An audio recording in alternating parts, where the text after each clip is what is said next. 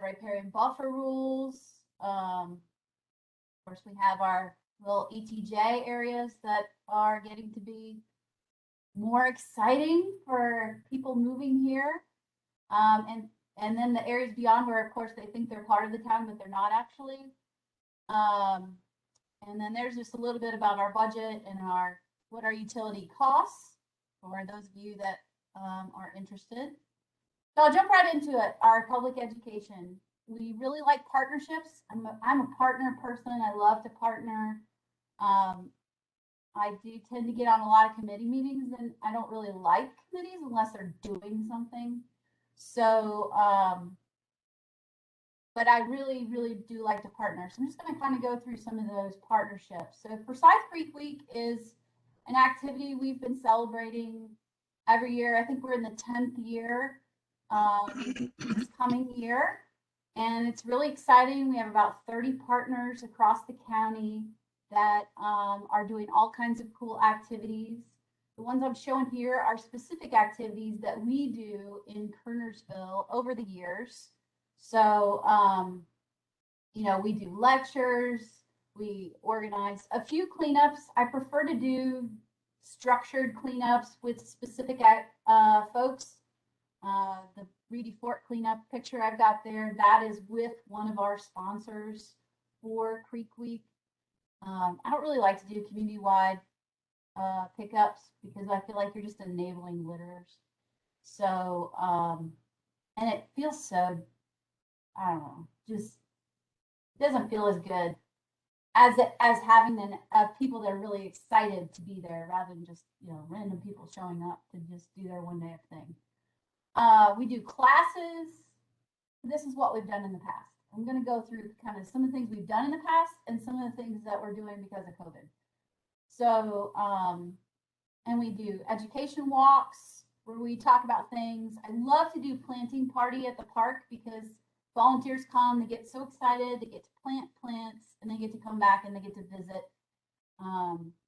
We work a lot with the police department to collect pills during Creek Week.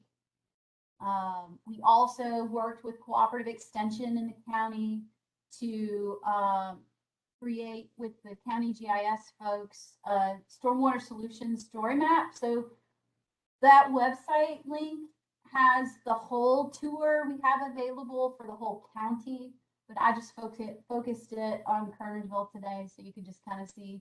We highlight a few things around town: stormwater wetlands, stream bank repair, small little swale projects, some of the things where I've done grants around town. Last year, we couldn't totally get it all together, so then I created a series of videos.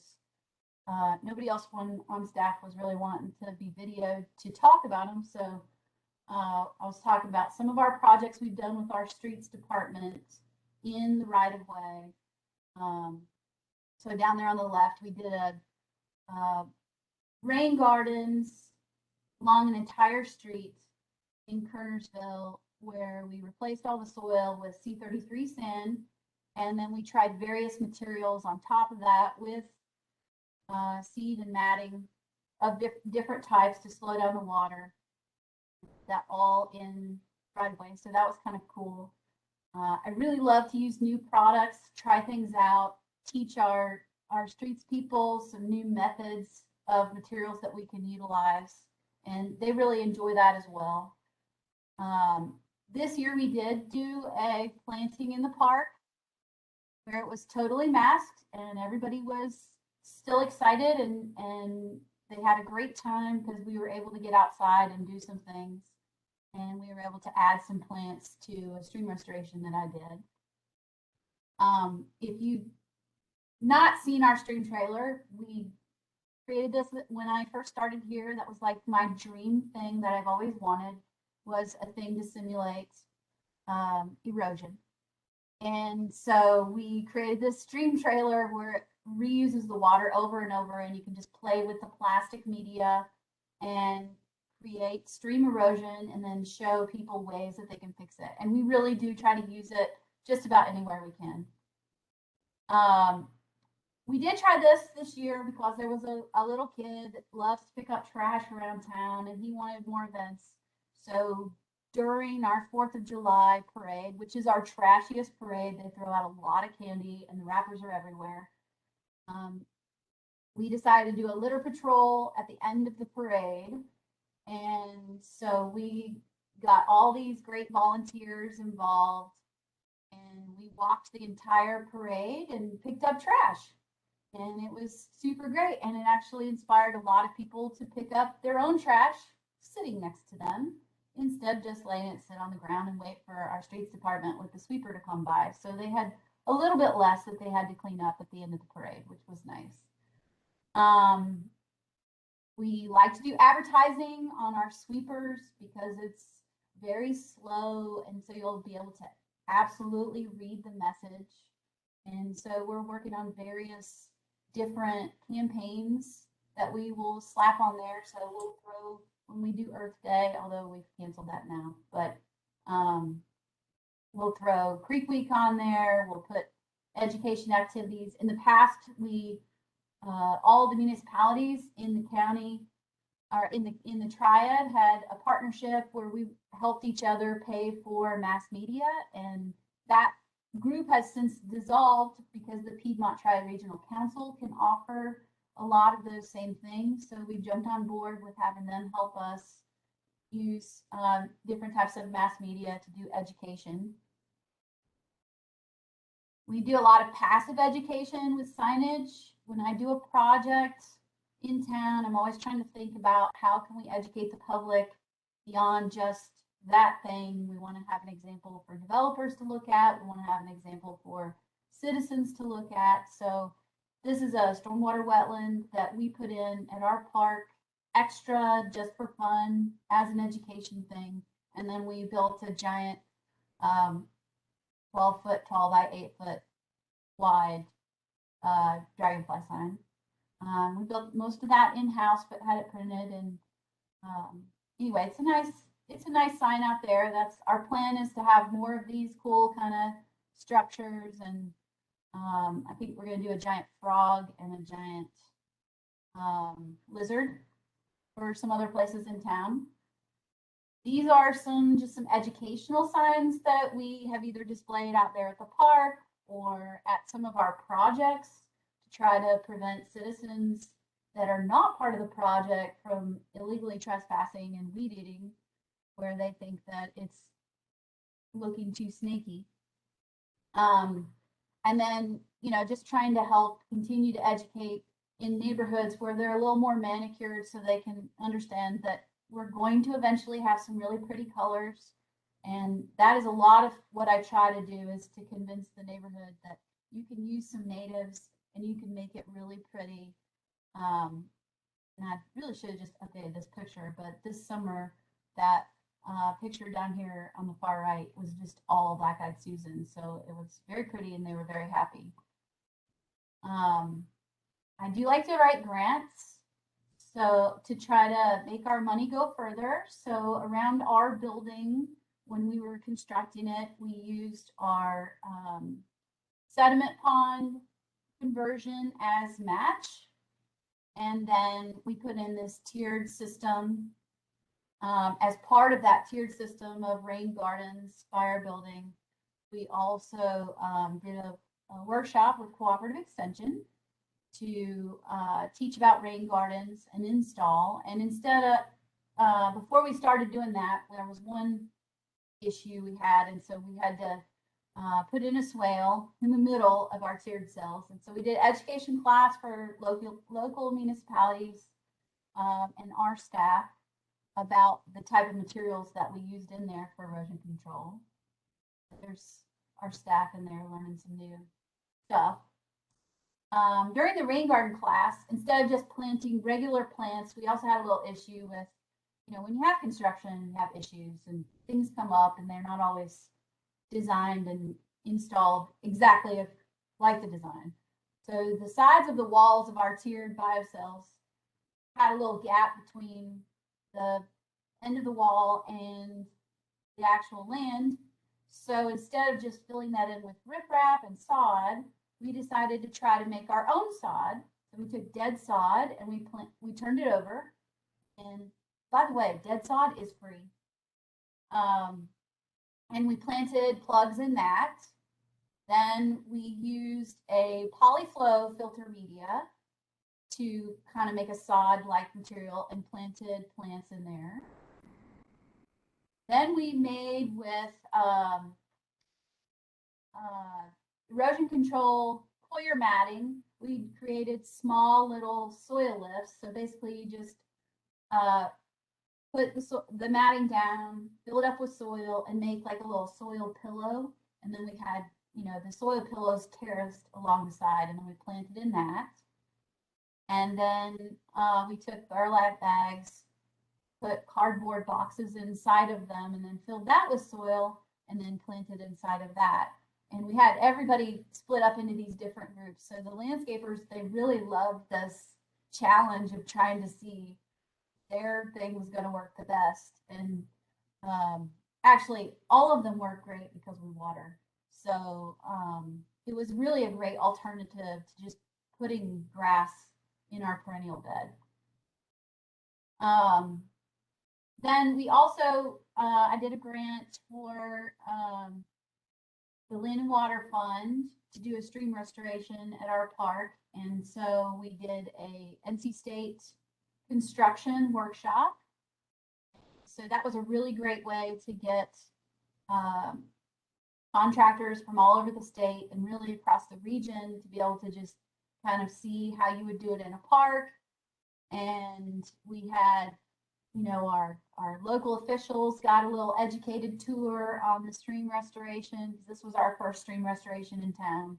We did tours with the public after it was complete so that they could learn about stream restoration and why we did it. Of course, we educated all of the landowners that were joining the park to do this project, and they all seemed to be pretty happy for the most part. And lots of partners there for those workshops. During COVID, we've done lots more mass media and worked with PTRC to try to come up with more ideas of things that we could do to try to get to the public, since we weren't, especially last year, able to get as much stuff in public and face to face, which is always way better than all this Zoom stuff. But the Zoom is convenient. So they helped me come up with some brochures. I needed to start educating people that live in our riparian buffer zones more about the rules and why they should care, in addition to the fact that they are not allowed to be cutting down those trees. We did some bingo by the creek using iNaturalist, which is a really great app. If you've not ever used it, you can create these cool biothons where you go out and you tag these critters that you see, and then it comes back to us and we're able to see you meet your whole bingo thing, and then we send out little prizes by mail. Well, PTRC did. They also helped me organize geocaching. We ended up not using the geocache website. We just made geocaches and then had the scavenger hunt pages that you could print off from PTRC. And then if you turned in that you saw it, then you got a little prize in the mail for that, in addition to the cool little stuff that we put in the geocache boxes that people could find. We are always looking for ways to update our ordinance, because I feel like you've got to also help educate the developers, and I'm constantly trying to work at educating our developers, even though I feel like they really should know better, and they should know what they're supposed to do, and they should know the law since it hasn't changed forever. I kind of give them little lectures about that, and then give them utilize my notice of violation as a great way to educate them. And then when I give them a stop work order and we go out there, then we talk some more and do some more education about, your concrete washout pit has to be cleaned out on a regular basis. And they get a lot of education stuff from me, and then they get to provide me maps and take pictures of every single time they dump out their concrete until their development is done for my repeat guys. And lastly, the thing I just kind of wanted to cover, this is something that we made because we go out and we talk to citizens a lot about sinkholes, and I'm sure it's the same for everywhere else, but you know, insurance doesn't cover if you have a sinkhole happen in your yard. And a lot of people don't understand how the sinkhole could start from a pipe separating in the yard. And so we really just created this model for this one lady because we wanted to help her understand how the pipe could separate after 30 years as a galvanized pipe, how it could erode, and cause a sinkhole actually to happen in her yard. And so this is about the cost of the materials. We just kind of threw it together, and I'm actually going to give you a little taste of this sinkhole model. My coworker, Donald, is going to help me with that. I'm just pulling this back up.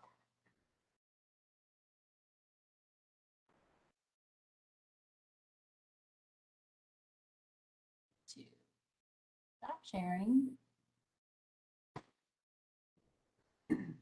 my computer. And now you should be able to see us. Okay. And so behind me is Donald with our sinkhole model. And he's going to tell you more about it. And I wish there was a way we could make it even closer, but I think this is about as close as we can have it. So he's going to just kind of tell you more about it. And I'll put my mask on and you can take it. So we have a little spiel we give everybody. Say, look, so anybody seen one of these before? Catch basin like that. Have you ever seen a little hole next to the catch basin? What might cause something like that? You might look underneath that pipe and you might find that there's all sorts of holes underneath there and soil's washing away. This is looking from the ground. That's the pipe that Wendy was just talking about that we made this model for. So it just shows you, we have those in town. Big sinkholes like that can form. So we're demonstrating that. We have our sinkhole model here. You saw that picture that Wendy showed with the box. In the bottom of the pipe, it's hard to see here, but there's a little hole in the bottom of the pipe, maybe an inch or so long. The pipe runs through here, and we've got a little grate on top. And when you run some water through, you will see that almost immediately there's, I don't know if you can see it, there's soil that comes out of the top of the pipe, through the pipe, but also water will begin to tunnel under the pipe, removing sediment under the pipe.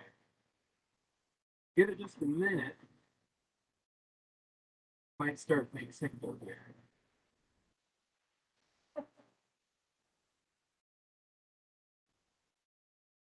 He gets us closer.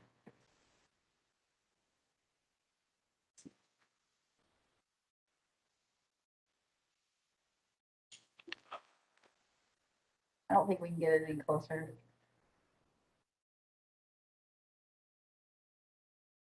Goes and it goes. You can see there's a little hole underneath the plastic in the bottom of the pipe too, and the sediment will start coming through. Sometimes it takes a little while. For those things we want to run out before the public gets here.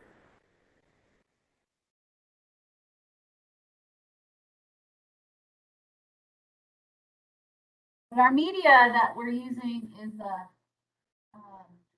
crushed walnut shells. I'm using that instead of our regular plastic media that we use in our stream trailer because, first of all, the plastic, it's really messy and kids get all over themselves, and it's easier to wash our hands with the stream trailer. But with this, it gets all over everywhere. And so we want to have something that would be totally biodegradable and we could just dump out underneath the tree like mulch. Or we could take it back. So far we've been able to reuse it twice. We take it and lay it out on a big sheet metal.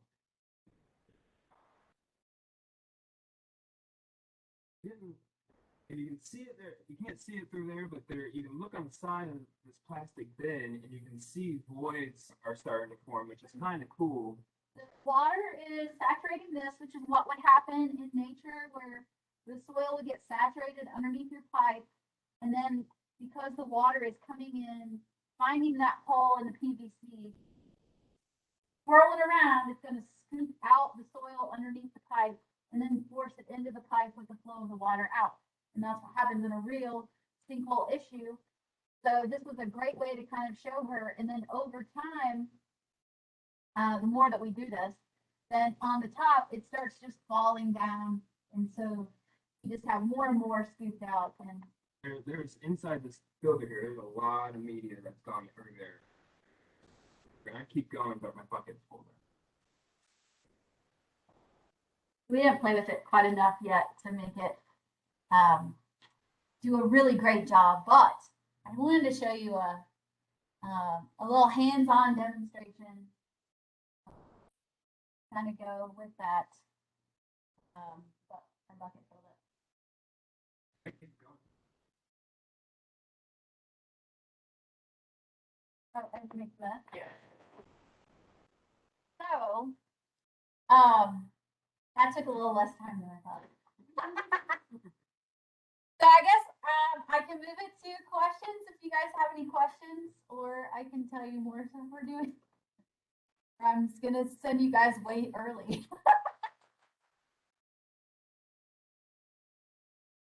Okay, Wendy, I have one question so far, and so let me throw this one to you, and then if anybody else has anything, they're welcome to chime in.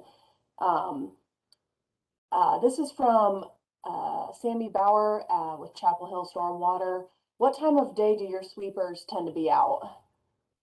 Say that again? What time of day do your sweepers, your street sweepers, tend to be out? So our street sweepers starts at 4 in the morning and we'll go probably really until almost 9 o'clock when they're doing downtown.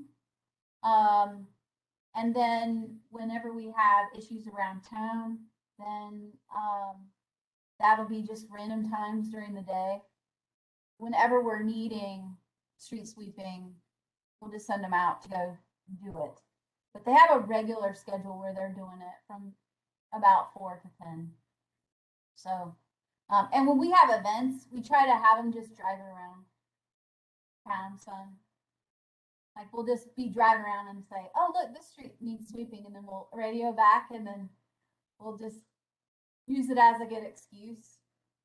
The guy who street sweeps with the cute little one, he loves to use it anytime. And if he's not using it, then he's cleaning it. So it's super fun to drive. I love that. Okay, all right. And then we have another question. This is from Keisha. I hope I'm pronouncing that correctly. How did you get the word out about geocaching and bingo by the creek? And then how did the participants get the bingo cards? Oh, great questions. I think we can stop now. That's gonna probably make people want to go pee, actually. I don't know if you can hear it, but anyway, so to get the word out, we put that on social media. We use Nextdoor app a lot for our citizens. That actually does work really well, because you have to actually be a citizen of your town in order to be on Nextdoor. So you have to prove it. But we use that. We use Facebook. We use Twitter. We have PTRC used a lot of their social media, and then we had a link to the PTRC website, the Stormwater Smart, where they could download the bingo by the creek. And then I guess it also advertises on the iNaturalist app itself. So you can look for biothons. There's apparently a whole awesome group of nerd people that look for biothons. And we actually have quite a few in the state where people are looking for these that they can participate in. Because the cool thing about iNaturalist that I love the most is that you don't have to really have some event going on, but you see some critter that you don't know what it is, or a flower, or a tree, or whatever, and you just take a picture of it, and then it gives you a list of ideas of what it could be, and then you can guess one of those. And then somebody will come along. There's these people out there that are looking to help you, and they identify it also. And when you get 3 IDs, well, 2 plus yours, that all are in agreement, then it goes to science and they use it. So it's totally made by nerd people for nerd people, but it helps out those other people who know nothing. So it's really cool. And then, it's like having your own personal biologist or, botanist with you at all times. And it's free, which is the other thing, like Plant Snap and some of those other ones, they're not for free. So I'm not sure how they set up the bingo cards, but I think you can go to the website for iNaturalist and it tells you kind of how you do some of that. Oh yeah, that's totally true. It's like Pokemon Go for nature nerds. It totally is. It just doesn't have any cool little things that eat stuff. That's very good. Okay, then we have a couple questions from Paul. Okay, get ready for these. What are your main go-to plants for erosion control? And where do you get dead sod? Oh, okay. So I'll start with the dead sod. The dead sod, I called super sod. You just call a sod company. So there's ones there. The one I called is right by the farmers market in Colfax, and I called them up and just said, "Do you have any dead sod?" Which they always will. And I said, "How much does it cost?" And they said, "Free, because we're just going to trash it." And I said, "Can I have it?" And they said, "You can have all you want of our dead sod." So that's where you can get it. So if you can just find anybody who cuts sod, they're always going to have pallets of dead stuff. And or you can make your own like we did and then just water it. My favorite plants for erosion control. That's a hard one. I would say it depends. When I use a bill hunt, it depends. So in a swale, I like to use grasses that are more bendy. So if it's more dry, then I'm probably going to use some sort of seed mix that's going to have like Coreopsis, little blue stem, Juncus, even though Juncus likes a little bit more wet, but I want something that's just going to bend over with the flow and then pop back up. And then if it's wetter, you kind of just follow rain garden stuff. So you have irises and Juncus, daylilies. I like flowers, but I do try to tend to, for erosion control, try not to always just use fescue. I will never ever do Bermuda because I don't like to do that to people because I hate it. But I do try to use more mixes of grasses and flowers. And Ernst seed, if you're gonna do by seed, Ernst seed, Mellow Marsh Farms, Green Resource here in the state, they all have really good mixes for things, and a lot of times they can change out stuff if you want to take out the weedy stuff. But I'm always going to have a mix of coneflowers, black-eyed Susans, Coreopsis, Juncus. I like to throw sedges in there, but most people think of nut sedge. So if I know that they're like really scary, then I won't nut sedge. I mean, I won't use a sedge that's going to make them think of nut sedge. that helpful? Anybody can email me anytime and I can give you my giant list. I mean, Paul found it helpful. He said, thank you with 2 exclamation points. So, Okay, yeah. Yeah. And I have a really cool riparian mix that Green Resource makes for me that I think is like $12 or $15 a pound. That seems to work pretty good. And it seems to be accepted by most of our Parks and Rec people that would not be thinking it was all weedy. So we use that quite a bit. It's a lot of basically that kind of mix, but it is stuff that comes up fairly quickly. okay. And I also, I'll just mention, I like to use buckwheat in the summer because it's flowering as my cover crop.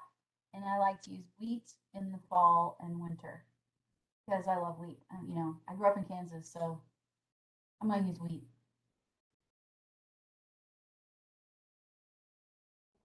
Okay, Wendy, great answers. Okay. Also, following on that, we have a question from Holly. You like to Disneyfy things with color and variety.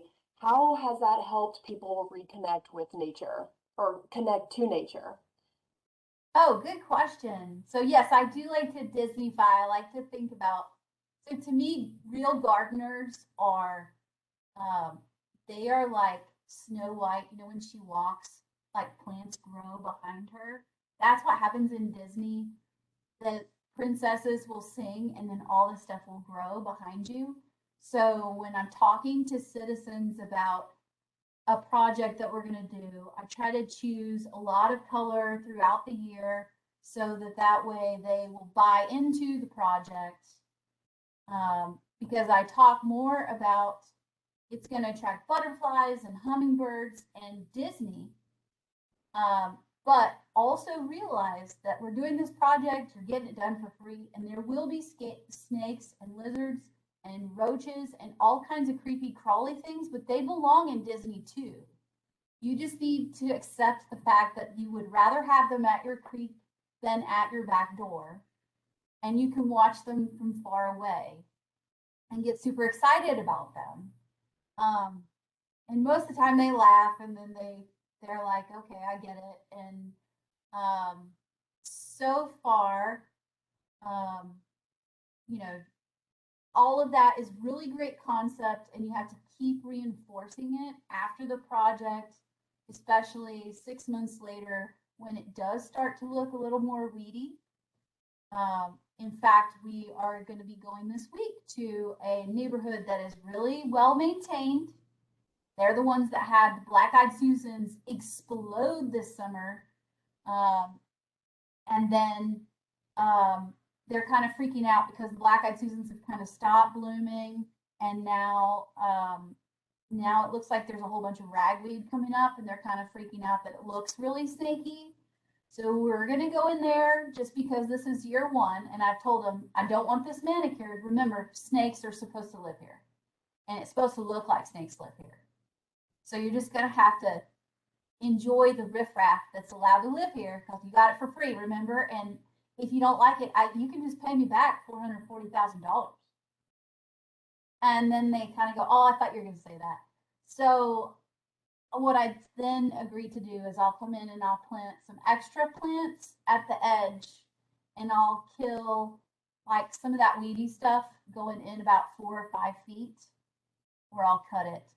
And then that way they've got some color coming up right away. And then I just keep trying to reinforce there's more color coming. You just are going to have to be patient because plants aren't able to have something that makes them grow to full size instant. So it's a lot of it is just really reinforcing and being willing to take the citizens' calls and then explain to them over and over the same stuff in a very nice way. And forget that you actually told them the exact same thing for the last 5 years, every year. You just don't throw that in their face. That helps. So, oh, also when you have a lot of dragonflies flying around, then you have to remind them that they're out there eating all the mosquitoes, those are not giant mosquitoes flying around. So then they get pretty excited about that. So, but Yeah. so far everybody's been on board. Now I did have one project where all the homeowners were on board that were part of the project, and then the neighbor, they moved here from up north, and they thought that moving next to a creek they would never see a snake. Apparently they don't know that we have nature here in North Carolina. I think they moved from a concrete place, but, and I'm sorry if you're from the north, you know, I'm gonna be a little biased. Just enjoy the culture we have here. But anyway, these people moved here and they went over to my project and they weed eated everything. And so in response to that, that's why we put up these cute little signs that make it really hard to mow there all the way down to the creek. Put it right at the edge of the project. It was not even their property. And then I planted a whole bunch of pretty flowers to kind of hide some of the other stuff as it grows up. But my little sign said, it was in the PowerPoint. Oh, yeah. This is the sign. Natural habitat in progress, no mow, no trim zone. And we put these little signs up like every 4 feet facing their house so that they would know that I'm onto them. And then if it continues, which it hasn't yet, but our plan was to put a video camera out there, take their pictures of them doing it, and then send them a bill. But so far, I think when they were listening in when we went and planted, I just grumbled a lot about how I don't like Northerners and them coming here trying to tell Southern people how to live and change everything to make it nasty and negative like up there, because the whole reason they moved here is to get away from that. They want to bring it with them. And then we planted stuff and I just was like, I can't believe people wasting town money. And I just grumbled all kinds of stuff. And because I knew they were listening, they had their window open to their kitchen when we arrived. So I just kept saying stuff, and then it didn't happen again. But I act like I was just talking to my coworker, and he's laughing the whole time. Well, why are you telling me all this? I already know all this. We want plants here. I was like, because look over there, they're listening. So. Love it, Wendy. Okay, wonderful, beautiful advice. We have one other question from Sally. She compliments all of the materials that you showed us in the presentation and wonders if you have an internal graphic designer. We do not. So some of these things I made, so like this I made because it's a picture I took. The sign we had done, the signs that we have had done at the wetland and in our stream restoration projects, I used an outside graphics person, the PTRC, Piedmont Tri-Regional Council. They get AmeriCorps volunteers for graphics, and they make these sweet, adorable, cute cartoons. We actually were going to make a sign because there were so many people complaining, well, so many staff people for parks at the time complaining about snakes at our wetland, which is surrounded by woods, and they wanted me to go in and cut down all the plants. So I had PTRC help me make a social distancing sign for the snakes to teach really Parks and Rec that you just need to keep your distance from the snakes.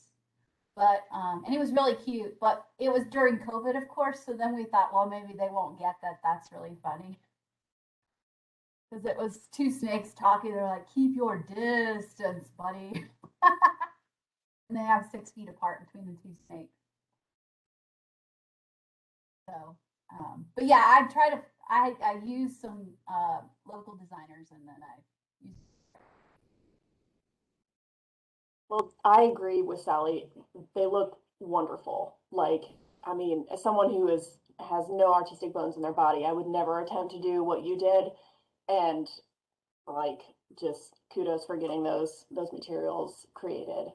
No other questions have popped up in the chat.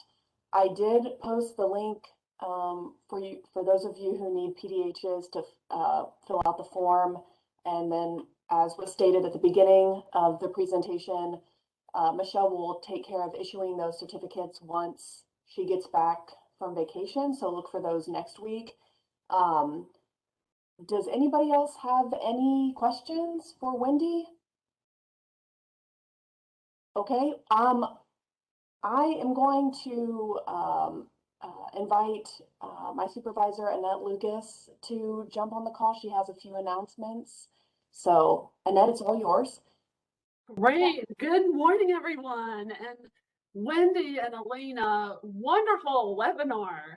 It had this kind of like late night talk show vibe that was so entertaining. And I've been watching the participants, and everyone has been staying on to hear every question and every interesting and entertaining answer. So thank you. And Wendy, you just inspire me with your creativity and the way you anticipate problems and your approaches to solving them, plus all your amazing technical expertise with how to get education done, what you know about plants, how you combine it all to make something great in Kernersville that you share so generously with the state. So I think we're all inspired this morning. Thank you so much for the good work and for doing this webinar for us. We're just so grateful. So Michelle is taking a much needed vacation this week, but she'll be back next month. So you may have noticed we have updated our WOW webinar page. So when the webinar's over, we have a list of webinars that have already occurred, and we provide the recordings, and if the presenter's willing to share his or her slides, we put those up there. So feel free to check that. Hopefully Wendy will share those slides with us. We hope. Thank you. Oh, and the bus, that's amazing too. I'm so jealous of your stormwater van.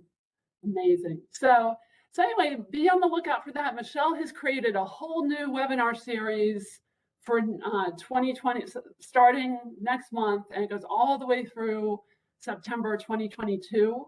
We have all external presenters. We felt like we'd already told you everything you need to know about the stormwater program from the staff perspective. So we have a lot of really amazing and awesome presenters. Next month, the webinar will be October the 20th. It's on SCM's inspection, maintenance, deficiencies, and solutions. So we have Thomas Moore from G2 Design PA and Mark Burke from Edge Environmental. So they're going to talk about how to inspect stormwater control measures and some of the corrective actions that they've taken. And also on that same track about SCM inspection and maintenance, we have a brand new website. Perhaps you've noticed it already. If you go to our website and click on the design manual, the first link that pops up underneath that is the SCM operation and maintenance page. It's kind of a work in progress, but I'll show you what we have so far. I'm just going to share my screen real quick. Can you all see the WOW webinar page right now? Yes. Okay, excellent. So just FYI, here's the WOW webinar page. So Wendy will cut and paste this one since she just did it, and we'll put it down here, and you'll have access to the webinar if you click this link. So, but to the O&M page, if you go to our stormwater program overview page, design manual, SCM operation and maintenance, click on that. And we have a lot of coming soons. Hopefully soon will be soon and not later. We're working on that. We've created inspection forms for everyone, you know, our major SCMs that are most frequently used. And we have these webinars. This wet pond one is actually a draft right now, but you're welcome to look at it. Our PIOs, public information officers, are still perfecting that one. Some of them we have coming soon. But this wetland one here is final now. So feel free to look at those. Those are also entertaining because they're done by Professor Bill Hunt. And they're a resource initially we started making just for our regional offices. But then we decided, hey, maybe everyone could use this. So we decided to make that available to everybody. And I'm trying to figure out how to unshare now. Let's see. Stop sharing. Okay, and those are some of the major announcements, but I do have one other announcement kind of on a personal note is this will be my last WOW webinar in this role as the Stormwater Program Supervisor. I think probably some of y'all have heard this news, but at that September 30th will be my last day here. I've accepted a really awesome job in the private sector. However, it was a very hard role to leave. And the main reason, one of the main reasons is this great team that I have here. So I know I'm leaving the program in great hands. Soon my position will be advertised. So if you feel a calling to serve here at DEQ as the Stormwater Program Supervisor, there might be a great opportunity for you to lead an awesome team and do amazing work.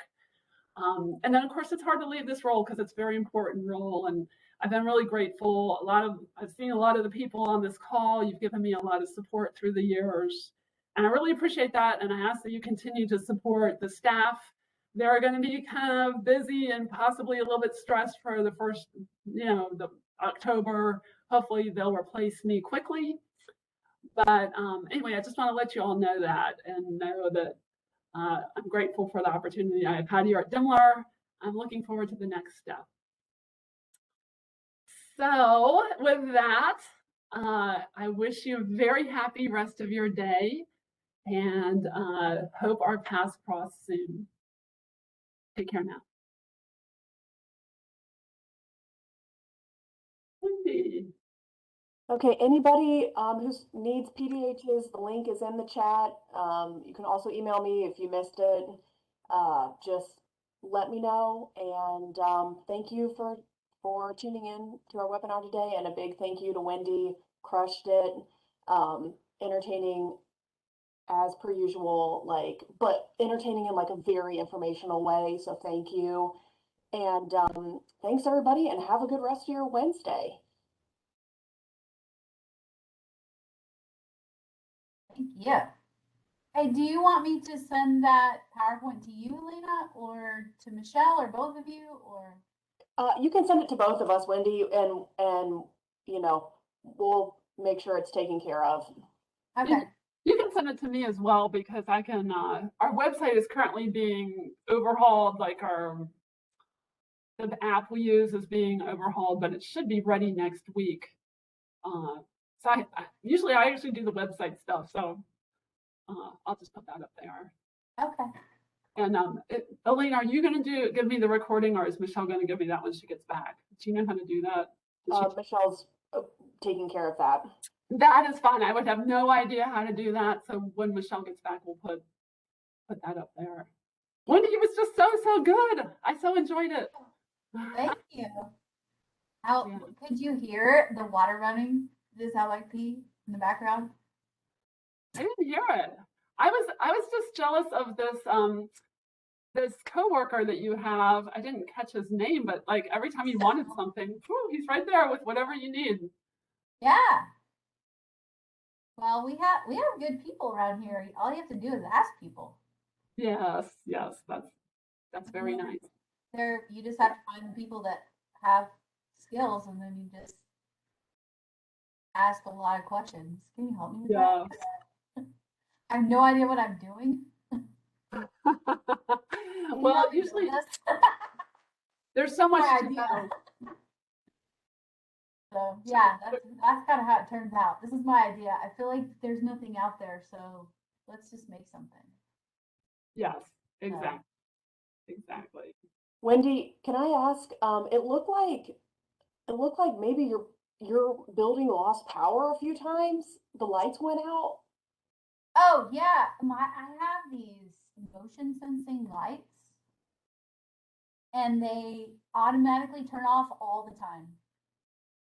And so Donald was waving stuff to turn it back on. And because normally I have to scoot my chair over to the middle of the room, back and forth, to get the lights to come back on. Because we don't have any way to turn it off. So it constantly turns itself off I love unless you're that. moving around all the time. Great. Love that. Getting our exercise goals met in office, you know? We Love try to have energy efficiency here, and then it doesn't really work out very well. So it just ends up being a huge annoyance. It happens at the same thing when you go to the bathroom, the lights will turn off on you. Oh, Are So there any it's not a big windows? deal on the second floor where there's, windows, but in the basement, it's kind of a big deal.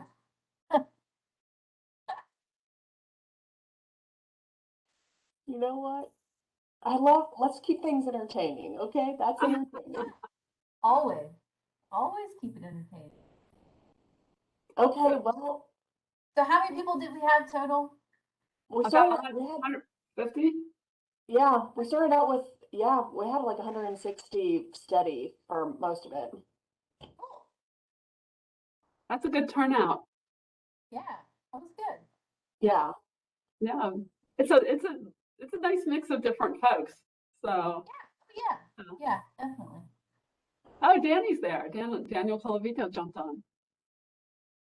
Yeah, So, okay, cool. Are okay. you going to APWA, Wendy? yes, I am going to APWA. I will be there. All right. Are y'all going? I'm the only one going. So from DEQ. Yeah. Yeah, I'm going. I also have to talk about PWF, What's that? the national APWA is next year Oh. in Charlotte. So I have to talk about that. Oh, when is that?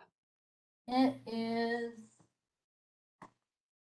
save the date, August 28th through the 30th in Charlotte. Oh, wow. You're planning way ahead. Yeah. Well, I'm on the welcome bag committee. Oh, the welcome bag. And the Oh, speaker that's important. gift.